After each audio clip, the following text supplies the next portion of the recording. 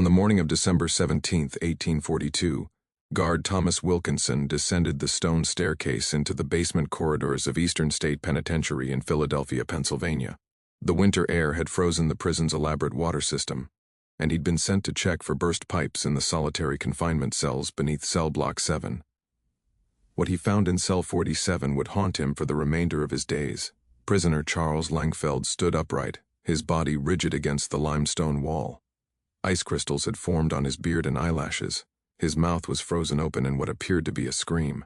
But it wasn't the cold that had killed him. The cell had flooded during the night. The water had risen to exactly 4 feet 11 inches, just high enough to cover Langfeld's mouth and nose as he stood shackled to the wall, unable to sit, unable to escape, unable to do anything but drown by inches over the course of hours. Guard Wilkinson's hand trembled as he wrote in his incident report. Prisoner found deceased by water accumulation. Cell door remained locked throughout night, no signs of struggle. But the truth was far more terrifying than a simple mechanical failure, because Charles Langfeld wasn't the first prisoner to die in a flooded cell that winter.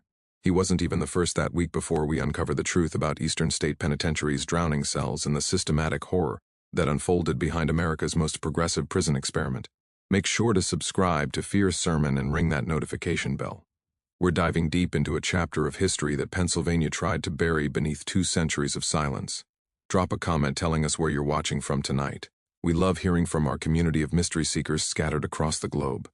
Now, let's step into the nightmare that was Eastern State Penitentiary in 1842. Philadelphia in the early 1840s considered itself the intellectual capital of the young American Republic. The city that had birthed the Declaration of Independence now fancied itself the birthplace of enlightened criminal justice. Eastern State Penitentiary, opened in 1829, represented the pinnacle of this progressive ambition, a radical experiment in prisoner rehabilitation that attracted visitors from across the globe. The prison's design was revolutionary. Built in a wagon wheel pattern, 7 cell blocks radiated from a central rotunda like spokes, allowing guards to observe every corridor from a single vantage point. Charles Dickens would visit in 1842, the same year our story unfolds, and write with horror about what he witnessed. The system is rigid, strict, and hopeless solitary confinement, and I believe it in its effects to be cruel and wrong. Each prisoner lived in complete isolation. Individual cells measured 12 by 8 feet, with a skylight described as the Eye of God, providing the only natural illumination. Prisoners wore hoods whenever they left their cells, preventing them from seeing other inmates or learning the prison's layout. They took their meals alone. They exercised alone in small yards attached to their cells. They saw no one except guards and, occasionally, prison administrators or religious instructors. The Quakers who designed this system believed that isolation would lead to penitence, hence, penitentiary. Removed from corrupting influences, confronted with nothing but their own conscience and God's judgment, prisoners would reflect on their sins and emerge reformed. By 1842, Eastern State housed 423 prisoners. Warden Samuel Wood presided over the facility with absolute authority. A stern man with deep-set eyes and a reputation for uncompromising discipline, Wood had served as warden since 1840. His annual reports to the state legislature praised the penitentiary system's success, citing low recidivism rates and prisoners who emerged morally transformed. But in the basement levels beneath cell blocks 6, 7, and 8, where the most recalcitrant prisoners were sent for punishment within punishment, something had begun to go catastrophically wrong. The winter of 1842 arrived early and brutal. By mid-November, temperatures plummeted to levels Philadelphia hadn't experienced in decades. The prison's elaborate water system, another marvel of progressive design that brought running water to individual cells, began to malfunction. Pipes froze, pressure built, and in the punishment cells below ground, where water drainage relied on gravity and century-old cisterns, the system started to back up. The prisoners sent to these subterranean cells were already experiencing the harshest conditions Eastern State could legally impose. No skylights reached these depths. Stone walls wept with condensation. Temperature regulation was impossible. These cells were reserved for inmates who violated prison rules, those who attempted escape, who spoke to other prisoners, who showed defiance to guards, or who, in the judgment of Warden Wood, demonstrated insufficient remorse for their crimes. On November 3, 1842, prisoner James Morrison was sent to basement cell 43 for 3 days of enhanced solitary confinement. His offense, speaking aloud to himself in his regular cell, which guards interpreted as an attempt to communicate with neighboring prisoners. Morrison, a 34-year-old convicted forger from Lancaster, had already served 2 years of a 7-year sentence. His record showed no previous disciplinary infractions. When guards retrieved Morrison after his 3-day punishment, they noted in the log that he was soaked through and trembling uncontrollably. The cell had contained approximately 6 inches of standing water from a drainage backup. Morrison couldn't stop shaking, he couldn't speak coherently. The prison doctor, Benjamin Crawford, examined him briefly and diagnosed nervous excitement from the isolation experience. Morrison was returned to his regular cell. He died 4 days later from pneumonia. The official report listed his death as resulting from complications of weak constitution. No mention was made of the standing water. No investigation was opened. Dr. Crawford noted only that Morrison had been prone to melancholy and suggested his weakened state resulted from this mental deficiency rather than any environmental factors, and the water in the basement cells continued to rise. On November 19th, prisoner David Keller was assigned to basement cell 46 for a 5-day punishment period. Keller, aged 42, had been convicted of robbery in 1839, his violation attempting to speak with a guard about increasing pain in his teeth. When the guard ignored him, Keller raised his voice. This was interpreted as insubordination. Guard Michael Brennan escorted Keller to the basement at 2 p.m. In his incident report, Brennan noted standing water approximately 8 inches deep in corridor. Cell 46 appeared dry at time of prisoner delivery. The cell door was locked. Per protocol, Keller would receive 1 meal daily, pass through a slot in the door. He would have no blanket, no light, and no communication until his punishment concluded on November 24th. On November 21st, during the afternoon, becomes silent. On November 24th, when Patterson and Brennan opened cell 46, they found David Keller standing with his back against the wall, his arms raised above his head. The water reached his chest. He was conscious but unresponsive. His lips had turned blue. His eyes, Patterson would later testify, looked through us, not at us. They dragged Keller from the cell, ramming. During Eckhart's 4-day assignment, water rose to 3 feet 6 inches. The new shackling points worked exactly as intended. Eckhart remained standing, unable to crouch or sit, forced to stand in icy water that reached his thighs. When retrieved on December 13th, Eckhart had lost sensation in both legs and couldn't walk. Dr. Crawford noted extreme cold exposure and muscle deterioration. Eckhart was returned to his regular cell but never regained full use of his legs. He would walk with canes for the rest of his life. No disciplinary changes were made. And then came Charles Langfeld. If this story is giving you chills, hit that like button. The systematic abuse that unfolded in Eastern State's basement reveals something terrifying about institutional power and the ease with which cruelty becomes policy. Share this with someone who needs to understand that the worst horrors in history often happened in places designed to be progressive and humane. Let's discover what happens next. Charles Langfeld was 31 years old. Convicted of forgery in 1839, he'd maintained an exemplary record for 3 years. His crime, in the context of 1842, was minor, he sang. Guards heard him singing hymns in his cell. This violated the absolute silence requirement.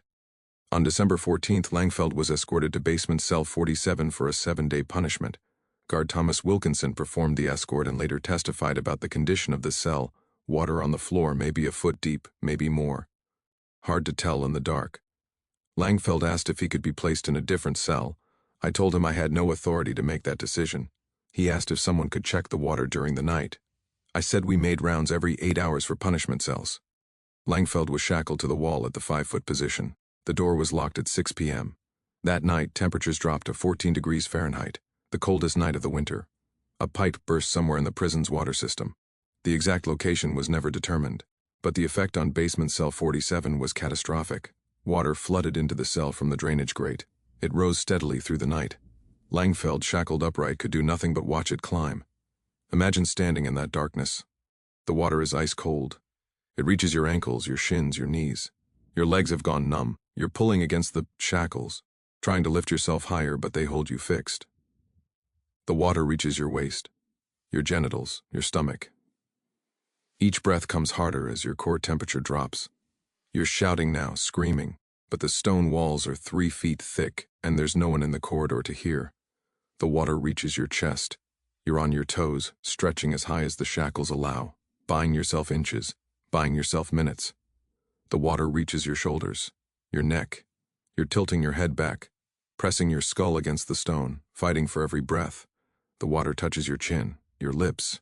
You're breathing through your nose now, gasping, panicking, your heart hammering so hard you think it might burst. And then the water covers your mouth. You're still breathing through your nose, but you can feel it rising, millimeter by millimeter, any second now. Any second. And when the water finally covers your nose, you hold your breath. Maybe for a minute. Maybe two. Your lungs are screaming, your body is convulsing. And eventually, involuntarily, impossibly, you breathe in. You breathe in water. And you drown, standing up, shackled to a wall, in a prison that promised enlightenment. When Thomas Wilkinson opened cell 47 at 6 a.m. on December 17th, the water had receded slightly, down to 4 feet 11 inches. Charles Langfeld was dead. His face, according to Wilkinson's report, was purple and swollen. His fingers had torn the skin off trying to pull free from the shackles. His eyes were open. Wilkinson vomited in the corridor. Then he ran to find Supervisor Richards. What happened in the next 4 hours would determine whether this death became a scandal or a secret. Supervisor Richards arrived at cell 47 within minutes. He examined the scene, spoke briefly with Wilkinson, and made an immediate decision. Touch nothing, lock this corridor, speak to no one. Get Warden Wood. Warden Samuel Wood arrived at 7:15 a.m. He spent 40 minutes in cell 47. When he emerged, he gathered Richards, Wilkinson, and the 2 other guards who'd been on overnight duty, Peter Morrison and James Doyle. His instructions were clear and documented in multiple sources. Guard Doyle, racked with guilt in his final years, gave a deposition in 1869 that described this conversation in detail. The warden said this was a tragedy but not a crime. He said the prisoner had died because of mechanical failures beyond anyone's control. He said that if we allowed this incident to be misrepresented by enemies of the penitentiary system, it would destroy the progress we'd made in reforming criminals. He said our duty was to protect the institution and its mission. He said the prisoner was a criminal who'd already forfeited his rights through his own actions. He said God would judge the situation properly, but we could not allow men who didn't understand prison management to interfere. Then Wood gave specific orders. The cell was to be drained immediately. Dr. Crawford would examine the body and determine cause of death. A report would be filed stating the prisoner had expired from sudden cardiac arrest, likely resulting from weak constitution and underlying melancholy. The water damage would be described as discovered after the death, not as a contributing factor. The cell would be repaired and returned to service. No one was to speak of the incident outside the prison administration. Dr. Benjamin Crawford arrived at 8 a.m. His examination was cursory. His official report, filed that afternoon, stated, Prisoner Charles Langfeld, age 31, found deceased in punishment cell. Examination reveals cardiac arrest as probable cause. Prisoner had complained of chest pains the previous week. No record exists of such complaints. Evidence of water damage in cell, likely from overnight pipe failure, discovered subsequent to death. No indication that water accumulation contributed to demise. Body released for burial. Charles Langfeld was buried in the prison cemetery that same day. No family was notified. No investigation was opened. But Thomas Wilkinson couldn't live with the silence. For 6 weeks, Wilkinson said nothing. He performed his duties, filed his reports, and tried to convince himself that Warden Wood was right. That Langfeld's death was an unfortunate accident, that speaking up would only hurt the prison's important rehabilitation mission. But on January 28, 1843, Wilkinson got drunk at a tavern on Cherry Street and told the story to another patron. That patron was Edward Price, a journalist for the Philadelphia Public Ledger. Price began investigating immediately. He submitted a formal request to inspect Eastern State Penitentiary, which was denied. He filed a petition with the Pennsylvania legislature requesting an inquiry into prisoner conditions, which was referred to committee and stalled. He published an article on February 12, 1843, titled, Death in the Darkness, Questions Surround Eastern State Incident, which generated minor public interest but no official response. What changed everything was David Keller's death. On October 23, 1843, Keller finally succumbed to the infections that had ravaged his body since his December 1842 exposure. His family, his sister Rebecca Keller Hoffman and her husband Martin, had been visiting him regularly in the infirmary. They'd seen his decline. They'd heard his story, told in the brief moments of clarity before his mind retreated completely. The Hoffmans demanded an investigation. They hired attorney Samuel Breck, a former state legee. Slater, with connections throughout Pennsylvania's government, Breck filed a wrongful death lawsuit against Eastern State Penitentiary, Warden Samuel Wood, and the Commonwealth of Pennsylvania. The lawsuit forced open what Wood had tried to seal shut. Breck subpoenaed prison records. He deposed guards. He brought in independent doctors to examine surviving prisoners who'd been subjected to the flooded cells. He built a case that was devastating in its detail. The trial began in March 1844. It lasted 6 weeks and became a sensation. Newspapers from Boston to Charleston covered the proceedings. The prosecution's case revealed a pattern of systematic abuse. Between November 1842 and February 1843, 17 prisoners had been held in the basement punishment cells while water levels rose. Charles Langfeld had drowned. David Keller had been driven catatonic. William Eckhart had been permanently disabled. 4 others had developed severe pneumonia. 3 had suffered frostbite requiring partial amputations. 2 had attempted suicide after their release from the flooded cells. Guard testimony revealed the administrative meeting where Warden Wood had ordered continued use of the cells despite knowing the dangers. Engineer Robert Thorne, LLS, provided concrete evidence supporting Dickens' critique. By the 1850s, most states had abandoned pure solitary confinement in favor of the Auburn system, which allowed prisoners to work together in silence. This wasn't necessarily more humane. It simply reflected economic pressures for prison labor. But it did end the complete isolation that had proven so psychologically destructive. However, the fundamental concept that isolation and sensory deprivation could reform prisoners never truly disappeared. It simply evolved. In the 1960s and 70s, as American prisons faced overcrowding and violence, solitary confinement returned under a new name: administrative segregation. Modern supermax prisons isolate prisoners in conditions that would be familiar to inmates of Eastern State: 23-hour lockdown, minimal human contact, extended periods of sensory deprivation. The United Nations now considers prolonged solitary confinement to be torture. Studies from Harvard, Stanford, and other institutions have documented the severe psychological damage: hallucinations, paranoia, depression, cognitive deterioration, and suicide ideation. Some effects appear permanent even after release. Yet as of 2024, approximately 80,000 to 100,000 prisoners in American facilities were held in some form of solitary confinement. Many remained there for years, some for decades. The water that drowned Charles Langfeld was literal, but the isolation that drove David Keller into catatonia represented a form of psychological drowning, a suffocation of the mind, personality, and human connection. And that form of drowning continues. The lawsuit that the Hoffman family won established limited legal precedent.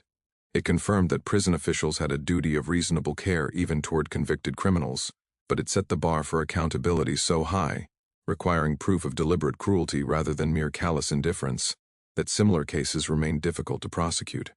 When Eastern State finally closed in 1970, the basement punishment cells were left intact. Today, the prison operates as a museum. Tours include the cell blocks, the exercise yards, and Al Capone's relatively luxurious cell.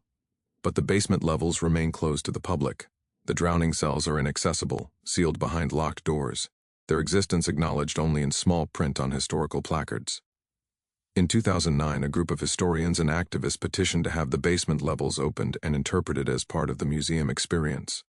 The petition argued that the full horror of Eastern State's history needed to be confronted rather than hidden. The museum board declined, citing structural concerns and worries about traumatizing visitors. The cells remain sealed. Charles Langfeld's name appears on no memorial. His story is absent from standard historical accounts of American prison reform, but the water that killed him left traces. In 2015, during routine maintenance, workers discovered scratches on the wall of basement cell 47, deep gouges in the limestone, positioned at exactly 5 feet above the floor. Laboratory analysis confirmed they were made by human fingernails. The scratches form patterns, possibly letters, though they're too damaged to read clearly. Historians believe Charles Langfeld made these marks during the hours as the water rose. Perhaps he was trying to write a message. Perhaps he was simply clawing at the stone in desperation, trying to pull himself free. We'll never know what he was trying to say, but the scratches remain, testimony to the final hours of a man who died alone in the darkness, drowning standing up, in a prison designed to save his soul. What do you think drove Warden Samuel Wood to continue using the flooded cells even after he knew the danger? Was it bureaucratic callousness, a genuine belief in his rehabilitative mission, or something darker, a conviction that criminals deserved whatever suffering befell them? Leave your theories in the sea, comments below. And tell us, have we really moved beyond the cruelty of Eastern State, or have we just found new ways to justify isolation and suffering? If this story affected you, consider this. Thousands of prisoners in modern American facilities are experiencing psychological conditions remarkably similar to what David Keller endured. The water may be gone, but the drowning continues. Subscribe to Fear Sermon for more lost chapters of American history, the stories that reveal who we were and who we might still be. Hit that notification bell so you never miss an episode when we uncover the next buried truth. And remember, the most terrifying aspect of the drowning cells wasn't the water. It was how easily good people convinced themselves that the suffering was necessary, justified, even righteous. See you in the next video. And maybe sleep with the lights on tonight.